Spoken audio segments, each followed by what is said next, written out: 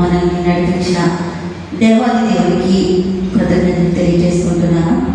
అలాగే ఈరోజు మీతో వాక్యం పంచుకోవడానికి నాకు ఈ అవకాశం ఇచ్చినందుకు సంఘబద్ధులైన వారికి, సంఘ కాపరులకు, సంఘస్థులందరికీ కూడా నా కృతజ్ఞతలు తెలియజేసుకుంటున్నాను. ఈరోజు మన ధ్యానాంశము నిజమైన వెలుగు. ఇక్కడ వాక్యం తెలిసిన వారు, వాక్యం నందు పట్టు ఉన్నవారు చాలామంది ఉన్నారు. ఆయన దేవుడు నాకు ఇచ్చిన ఈ ఆధిక్యతను బట్టి మరి నన్ను నేను తగ్గించుకుంటూ ఈ వాక్యాన్ని మీతో షేర్ చేసుకుంటున్నాను.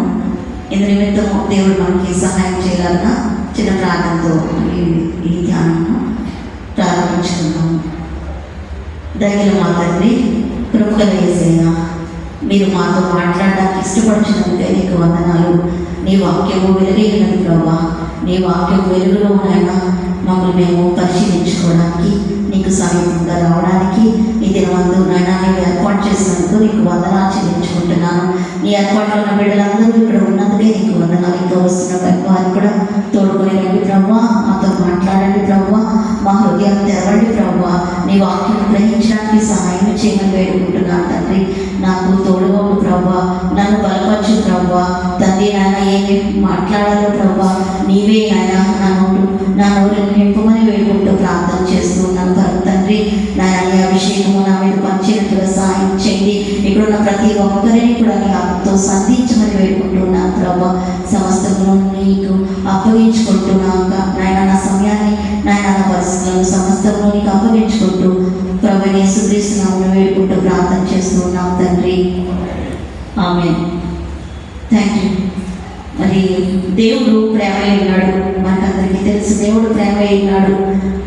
అయితే నాడంతి రెండు వైపులో ఉన్నట్లే ప్రేమైన దేవుడు న్యాయవంతుడై ఉన్నాడు కూడా. కనుకనే దేవుడు పాపి పట్ల ఎంతైతే ప్రేమ కలిగి ఉన్నాడో పాపం పట్ల అంత రోషం కలిగి ఉన్నాడు. పాపానికి శిక్ష విధించబడితేనే తప్ప పాపైన మనిషిని దేవుడు చేర్చుకొనలేడు. అది మనము సిలువలో చూస్తూ ఉంటాము. దేవుని యొక్క న్యాయము సాటిస్ఫై కావాలి అనగా పాపానికి శిక్ష విధించబడాలి. అప్పుడు మాత్రమే ఆయన ఉగ్రత చల్లారుతుంది, పాపి దేవుని చేరుకోగలుగుతాడు. మరి మరి మరి గత 2 దినాల్లో కూడా మనము సమూయేలు గ్రంథంలోని 15వ అధ్యాయం నుంచి ధ్యానం చేసుకుంటూ ఉన్నాము. నిన్నటి కూడా నేను పాపం చేసి అనే అంశం మీద మరి మాస్టర్ గారు చక్కని వాక్యోపదేశం చేయడం విన్నాము. మరి ఈరోజు కూడా అదే చాప్టర్ నుంచి మన ధ్యానం ఉంది. 1 సమూయేలు 15:32-34 వరకు మనం చదువుకున్నాము. ఇది దీనికి ముందు కొద్దిగా దాని ముందు సందర్భాన్ని కూడా కొంచెం మీతో మాట్లాడాలనుకుంటున్నాను. మరి దేవుడు ఇశ్రాయేలుకి రాజుగా సౌలుని నియమించారు. అప్పుడు అమలేకులతో యుద్ధం చేయవలసిన సందర్భంలో దేవుడు ఏం చెప్పారు ఒకసారి చూద్దామా? 1 సమూయేలు 15వ అధ్యాయము 3వ వచనము. కాబట్టి నీవు పోయి కనికరింపగా అమాలేకీయులను హతము చేయించు, పురుషులనేమి, స్త్రీలనేమి, బాలులనేమి, పసిపిల్లలనేమి, ఎద్దులనేమి, గొర్రెలనేమి, ఒంటెలనేమి, గర్భములనేమి అన్నిటినీ హతము చేసి వారికి కలిగినదంతయు బొత్తిగా పాడు చేసి అమాలేకీయులను నిర్మూలన చేయమని చెప్పారు. ఇక్కడ దేవుడు ఏమని చెప్తున్నాడు అంటే ఎస్పెషల్లీ అన్నిటినీ హతం చేయమంటున్నాడు, బొత్తిగా నిర్మూలన చేయమన్నాడు. అన్నిటినీ అన్నప్పుడు మరి సౌలు అయితే ఏం చేశారు? 15వ అధ్యాయం 9వ వచనంలో మనం చూస్తే సౌలును జనులను కూడి అగగును, గొర్రెలను, ఎడ్లలోను, క్రొవ్విన గొర్రె పిల్లల మొదలైన వాటిలోను మంచి వాటిని నిర్మూలన చేయక కడగా నుంచి పనికిరాని నీచ పశువులన్నింటినీ నిర్మూలన చేసేది. ఇక్కడ సౌలు యొక్క విధేయత మనం చూస్తూ ఉంటాము. దేవుడు అన్నిటినీ నిర్మూలన చేశాడు, బొత్తిగా నిర్మూలన చేశాడు. అయితే సౌలు ఏం చేశాడు అంటే అగగు రాజుని సజీవంగా ఉంచేశాడు, నిర్మూలన చేయలేదు. పైగా కొన్ని పశువులను, క్రొవ్విన వాటిని ఉంచేశాడు. అయితే దేవుడు ఎంతో పశ్చాత్తాపడటం మనం చూస్తున్నాము. దేవుడికి మన హృదయాన్ని అర్పించకుండా మరి మనం ఏమి చేసినా కూడా అది దేవుని దృష్టిలో అది విలువ లేదు. దేవునికి మన హృదయం అర్పించకుండా, దేవుని మాట వినకుండా మనం ఏదైనా కానుకలు అర్పించవచ్చు, లేదా ఎంత పరిచర్యైనా చేయొచ్చు. కానీ ఆయనని నీ హృదయంలో చేర్చుకోకుండా ఆయనకు దూరంగా ఉంటూ మరి నువ్వు ఏమి చేసినా కూడా ఆయన దృష్టిలో అది విలువలేనిదే. ఇక్కడ చూస్తాం కదా, పొట్టైన కొరువు అర్పించడం కంటే మాట వింట శ్రేష్టం అని దేవుడు సంధిస్తూ ఉన్నాడు.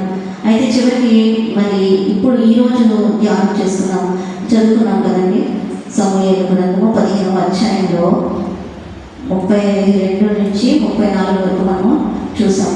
ఇక్కడ ఏం చేస్తున్నాడంటే సమూయేలు దేవుని పక్షంగా రోషం వహించి అగను తుత్తనీలుగా నరికేమో అని చూస్తూ ఉంటున్నాం.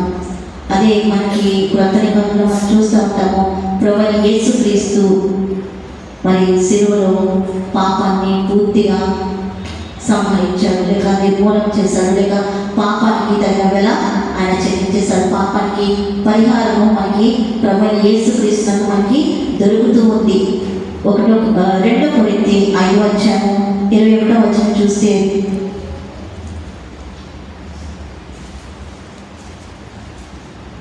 2 కొరింథీ 5వ అధ్యాయము 21వ వచనము. ఎందుకనగా మన సమూహేలునందు మనం ఆయన యందు దేవుని నీతి అగునట్లు పాపం ఎరుగని ఆయనను మన కోసము పాపముగా చేశాను. మన ప్రభువైన యేసుక్రీస్తు మన కొరకు పాపముగా మార్చబడ్డాడు. పాపగా కాదు, పాపముగా. మన సర్వ మానవాళి పాపము ఆయన మీద ఆరోపించబడింది. మన సమస్త పాపము కూడా ఆయన మోసాడు. అలాగే రోమపత్రిక 5వ అధ్యాయము 8వ వచనం.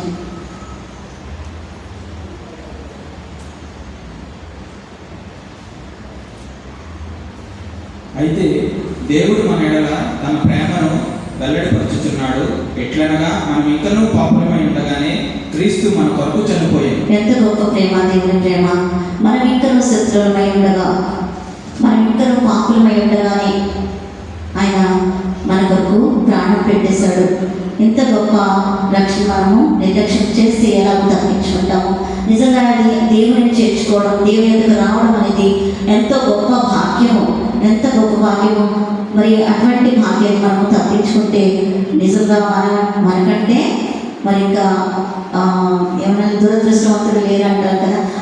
అంటే ఇది ఎలా అంటే అది టేస్ట్ చేస్తేనే మనకి తెలుస్తుంది. దేవునిలోకి రావడం నిజంగా గొప్ప ఆధిక్యత. నేను ఎప్పుడో వస్తాను, లేదా రేపు వేస్తాను అని మనం వాయిదా వేస్తున్నామంటే నిజంగా మనం ఎంతో దౌర్భాగ్య స్థితిలో ఉన్నట్టే లెక్క. నేను పవిత్రం, నేను కొంచెం మంచిగా అయ్యాక నేను దేవుని దగ్గరకు వస్తాను. లేదు, నీవు పవిత్రంగా కాలేవు. నీవు ఎప్పుడు వస్తావు? నువ్వు ఎప్పుడైతే దేవుని దగ్గరకు వస్తావో అప్పుడు మాత్రమే నీవు క్లెన్స్ చేయబడతావు. ప్రభువైన యేసు రక్తము ప్రతి పాపం నుండి మనల్ని విమోచిస్తుంది. నీవు యేసు ప్రభుని నీ సొంత రక్షకంగా అంగీకరించి నీ పాపాన్ని విడిచిపెడితే మాత్రమే ఆయనతో నీకు యాక్సెస్ దొరుకుతుంది. దేవునికి నీకు సంబంధం ఏర్పడుతుంది. దేవుడితో నువ్వు సమాధాన పడగలుగుతావు. అప్పుడు నిజంగా నీవు ఎంతో భాగ్యవంతుడు. ఇశ్రాయేలు భాగ్యం ఎంత గొప్పది! నిజంగా దేవుని కలిగి ఉంటే అది నిజంగా చాలా గొప్ప భాగ్యము. దేవునికి వేరుగా ఉండి దేవుని గురించి తెలుసుకుంటే వేరు, కానీ దేవుని పర్సనల్గా ఎరిగి ఉంటే అది నిజంగా ఎంతో గొప్ప భాగ్యవంతమైన జీవితము. మరి ఇక్కడ ఎవరైనా ఉన్నారేమో ఇంకా సమర్పణ చేసుకోకుండా దేవునికి దూరంగా ఉంటూ ఎవరైనా ఉన్నారేమో, ఇది దేవుడు నీకు ఇస్తున్న గొప్ప అవకాశము. ఏమో రేపు వస్తుందో లేదో తెలియదు. అయినా మీరు ఈ సమయాన్ని ఎందుకు మిస్ చేసుకోవాలి? ఉన్న పాటన దేవుని దగ్గరికి రమ్మని ప్రభువైన దేవుడు మనల్ని పిలుస్తూ ఉన్నాడు. యెషయా గ్రంథము 65:2 చూస్తే, దినమంతా దేవుడు చేతులు చాపుతున్నాడు. ప్రియమైన సహోదరుడా, సహోదరి, ఆయన నీ కోసము తన చేతులు చాపి ఉంచాడు. నీవు ఆయన దగ్గరికి ఈరోజే ఈ క్షణమే వస్తావా? ఆయనకి నీ హృదయాన్ని సమర్పించుకుంటావా? మత్తయి సువార్త 11:28 చెప్తున్నాడు, ప్రయాసపడి భారం మోసుకొచ్చున్న సమస్త జనులారా నా ఇంటికి రండి, నేను మీకు విశ్రాంతిస్తాను. You may be in restless condition. ఒకవేళ నీ పాపంతో నలిగిపోతూ ఉన్నావేమో, ఎవరు నేను చేర్చుకోవట్లేదేమో, కానీ నీతిమంతులైన దేవుడు అనీతిమంతులైన నన్ను నిన్ను చేర్చుకోవడానికి ఇష్టపడుతున్నాడు. ఎంత గొప్ప దేవుడు, ఎంత ప్రేమమయుడు. ఆయనతో సముడైన దేవుడు కలడా? నిజంగా ఎవరు లేరు. నీతో సమమెవరు,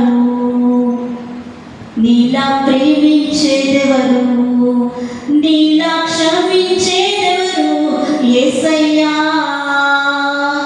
నీలా పాపికై ప్రాణం పెట్టిన వారెవరు, నీలా పాపికై ప్రాణం పెట్టిన వారెవరు, నీతో సమమెవరు?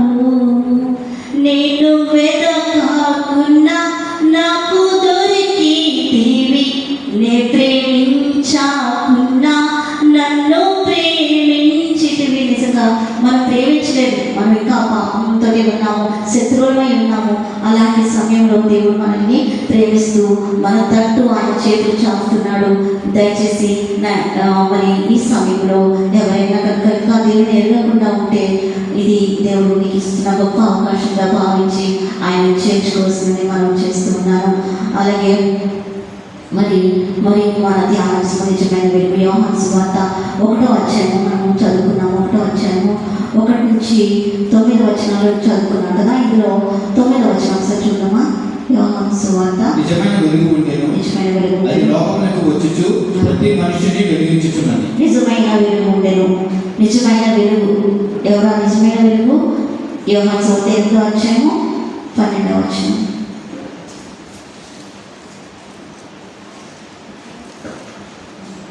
మరలా యేసు, నేను లోకమునకు వెలుగును, నేను లోకమునకు వెలుగును. ఇక్కడ ప్రభు చెప్తున్నారు, నేను ఎవరా వెలుగు? ప్రభు, నిజమైన వెలుగు మన ప్రభు అయిన యేసుక్రీస్తు వారు.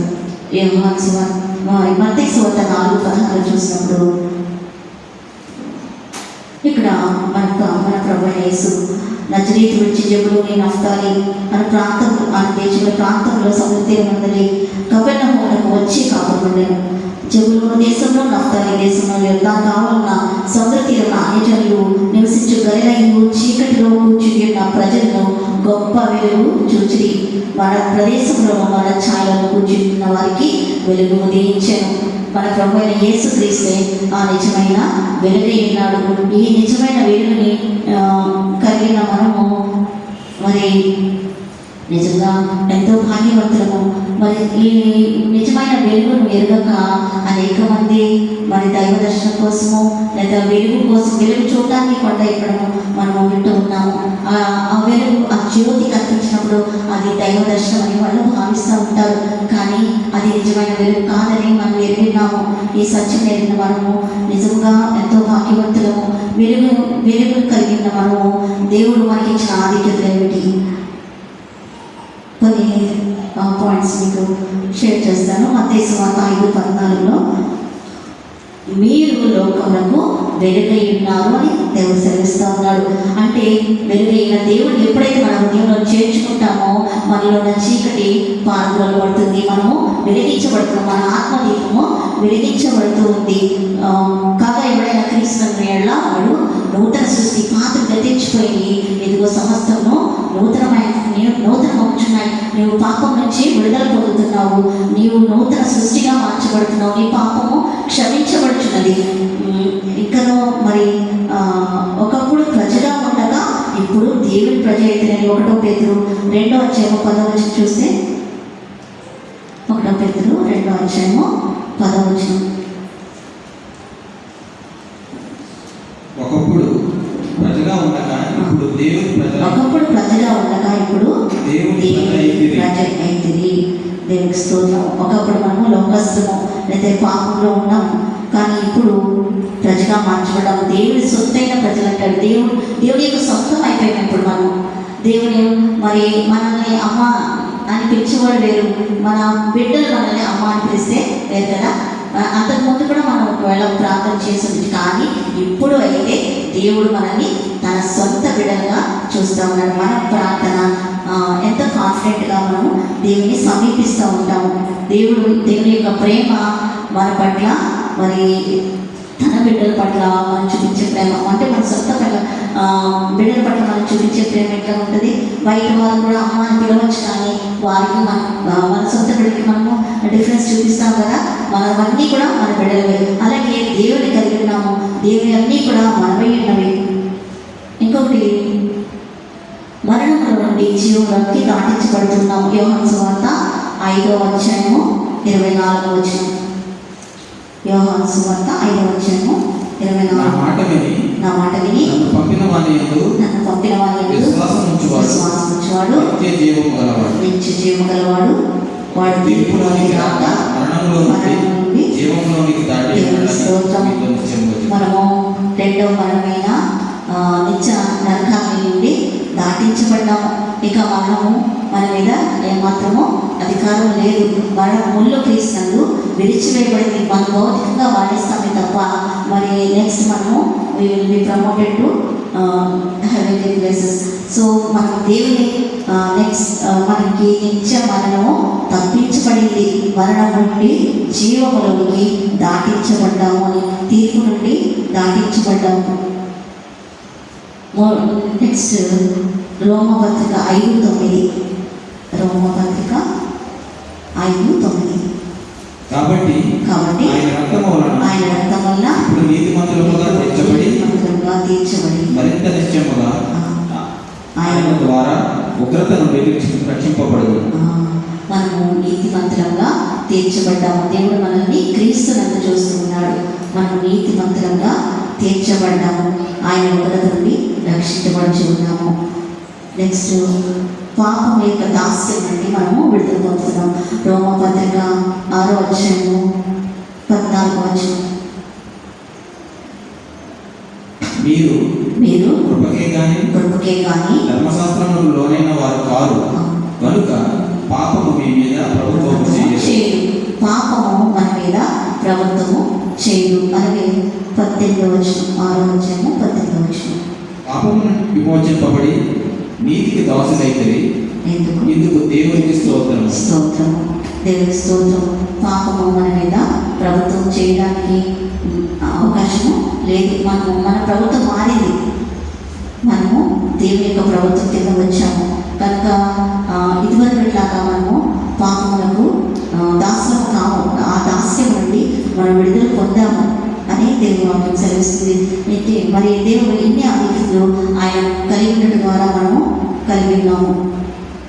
ఇలాంటి మరి దేవుళ్ళకి వచ్చాక మనము ఎన్ని ఆధిక్యతలు పొందిన తర్వాత మనకి కొన్ని బాధ్యతలు కూడా అప్పగించబడ్డాయి. దేవుడు మన నుండి ఏమి కోరుతున్నాడు, ఏమి ఎక్స్పెక్ట్ చేస్తున్నాడు మన నుంచి అంటే ఒకసారి చూద్దామా. లూకా సువార్త 11:35. లూకా సువార్త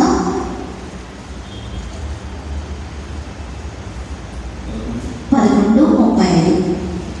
కాబట్టి నీలో నుండి వెలుగు చీకటి ఉండకుండా చూచుకొను. నీలో ఉన్న వెలుగు చీకటి అయి ఉండకుండా చూచుకొను అంటున్నాడు దేవుడు. అంటే వెలుగులో ఉన్నాము నిజమే, అయితే మనము ఇంకా ఈ లోకంలోనే ఉన్నాము, శరీరంతోనే ఉన్నాము. సాతాను కూడా మరి ఇంకా బంధించబడలేదు కనుక మనం పాపంలో పడే అవకాశము ఉంది. మరి అలాంటప్పుడు మనలో ఉన్న వెలుగు చీకటి అయి ఉండకుండా మనం చూసుకోవాల్సిన బాధ్యత మనం కలిగి ఉన్నాము. ఏ విధంగా మరి ఏ విధంగా చూసుకోగలము అంటే మనము దేవునితో సహవాసం చేయడం ద్వారా, నీతి సూర్యుడైన ప్రభువైన దేవునితో యేసయ్యతో మనము సమయం గడుపుతూ ఆయన వాక్యాన్ని ధ్యానిస్తూ ఆయనతో మాట్లాడుతూ సంభాషిస్తూ ఉండటం ద్వారా మనము ఈ విధంగా మనము జయించగలుగుతూ ఉంటాము. మనకి రేడియో బాల్స్ తెలుసు కదా, రేడియో బాల్స్, రేడియో బ్రాస్లెట్స్ ఇలాంటివి ఉంటాయి. ఆ రేడియో ఎప్పుడు బాగా ప్రకాశిస్తుందంటే ఎంతగా అది లైట్కి ఎక్స్పోజ్ అవుతుందో అంతగా అది చీకట్లో అంత వెలుగుగా ప్రకాశిస్తూ ఉంటుంది. అలాగే పాత గ్రంథంలో మోషే భక్తుల గురించి మనకు తెలుసు. సినాయి కొండ మీద 40 దినాలు దేవునితో సమయం గడిపినప్పుడు ఆయన ముఖము మరి కాంతితో ప్రకాశించడము, వెలుగును చూడలేనంత బ్రైట్నెస్ ఆయన ముఖంలో కనబడడం మనం చూస్తూ ఉంటాము. మరి ఎప్పుడైతే మనం నీతి సూర్యుడైన ప్రభు అయిన యేసయ్యతో మనం సమయం గడుపుతూ ఉంటామో మనం కూడా మరి వెలుగు మన వెలుగు అంతకంతకు బ్రైట్గా అవుతూ ఉంటుంది. మరి డియర్ మోడీ భక్తుడు అంటాడు, Bible keeps you from sin are sin keeps you from Bible. So Bible దగ్గరికి మనం వస్తే పాపములకు దూరంగా ఉంటాము, పాపములకు దగ్గరగా ఉండేవాళ్ళు బైబిల్కి దూరంగా ఉంటారని ఆ భక్తుడు అన్న మాటలు. కాబట్టి మరి పాపంలో పడకుండా ఉండడానికి మనము కీర్తనకారుడు అంటాడు కదా, నీ వాక్యం నా హృదయంలో భద్రం చేస్తున్నాను, నేను పాపం చేయకున్నట్లుగా. సో మనము దేవుని వాక్యం మన హృదయంలో భద్రం చేసుకుంటూ ఉండాలి. ఎప్పుడైనా అదాన పాపంలో పడినో దేవుడు దాన్ని జయించడానికి మనకు శక్తినిస్తాడు. మనము వీఆర్ నాట్ హెల్ప్లెస్. ఇప్పుడు దేవుడు తన పరిశుద్ధాత్మను మనకి తోడుగా అనుగ్రహించాడు. ఎప్పుడైనా సరే మన దేవుని శక్తిని మనం ఆశ్రయించవచ్చు. దేవా, నేను ఇది చేయించడానికి నాకు కష్టంగా ఉంది ప్రభువా అని దేవుని అడిగినప్పుడు, దేవుని మీద ఆధారపడినప్పుడు ఇమ్మీడియట్గా ఈజ్ రెడీ టు హెల్ప్ అనమాట. Ever lasting ever present help అంటారు కదా, ఆయన ఎప్పుడు కూడా సమీపంగా ఉన్నాడు మన దేవుడు. ఆయనకు మొదలుపెట్టినప్పుడల్లా ఆయన మనకు సమీపంగా ఉన్నట్లుగా ఏ జనమును ఏ దేవుడు సమీపంగా లేడు. సో దేవుడు మనకి సమీపంగా ఉన్నాడు. ఆయన సహాయంతో మనం ఎటువంటి పాపాలైనా కూడా జయించగలము. మనము వీఆర్ మోర్ దాన్ కాంకరర్స్ అంటాడు. రెండవదిగా చూస్తే ప్రభువునకు ఏది ప్రీతికరమో అది చేయాలంట. ఎఫెసీ పత్రిక 5వ అధ్యాయము 8, 9, 10 వచనాలు చూద్దాము. మీరు పూర్వమందు చీకటి అయి ఉండేది, ఇప్పుడైతే ప్రభువునందు వెలుగై ఉన్నారు. వెలుగు ఫలము సమస్త వెలుగుమైన మంచితనం, నీతి, సత్యము వాటిలో కనపడుచున్నది. కనుక ప్రభువుకి ఏది ప్రీతికరమైనదో దానిని పరీక్షించుచు వెలుగు సంబంధుల వలె నడుచుకోండి. ప్రభు ఒకప్పుడు పూర్వం మనము చీకటి ఉన్నాము, కానీ ఇప్పుడు మనము చీకటి నుంచి విడుదల పొంది వెలుగులోకి వచ్చాము. వెలుగులోకి వచ్చిన మనకు ఒక బాధ్యత కలిగి ఉన్నాము. వెలుగు సంబంధుల వలె నడుచుకోవాలి. ప్రభువుకి ఏది ప్రీతికరమో మనం చేసే మనం తీసుకునే ప్రతి నిర్ణయంలో, అది ఫ్రెండ్షిప్ కావచ్చు, లేక మన కెరీర్ గురించి కావచ్చు, మరి ఇంకే విషయంలోనైనా సరే దేవునికి ఇది ప్రీతికరమా, ఇంతకుముందు అయితే నాకేది ఇష్టమో అని అడిగేవాళ్ళం, లేక ఇతరులు ఏమనుకుంటారో అని ఆలోచించేవాళ్ళం. కానీ ఇప్పుడు మన ఫస్ట్ ప్రయారిటీ దేవునికి ఏది ప్రీతికరమో, ఇది ఆయనకి ఇష్టమా, ఆయన చిత్తంలోనే ఉన్నదా అని పరీక్షించి ఆయనకి ఏది ప్రీతికరమో అది మనం చేస్తూ వెలుగు సంబంధం వల్ల మనం నడుచుకోవాల్సిన వారు విన్నాము. మూడవదిగా మత్తయి సువార్త 5వ అధ్యాయము 16వ వచనం.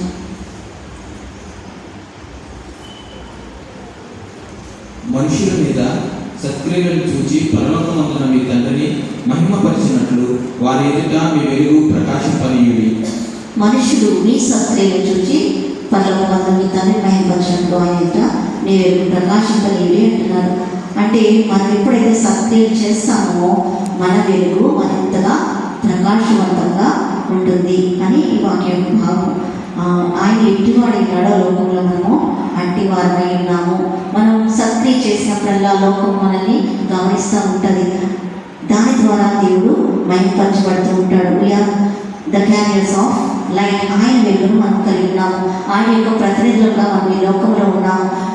మరియు మనం వెలిగించబడినట్లుగానే మనము ఇతరులను దేవుని వద్దకు తీసుకొని రావాలి. వారు కూడా వెలిగించబడాలి అని మన యొక్క తపన అయి ఉన్నది.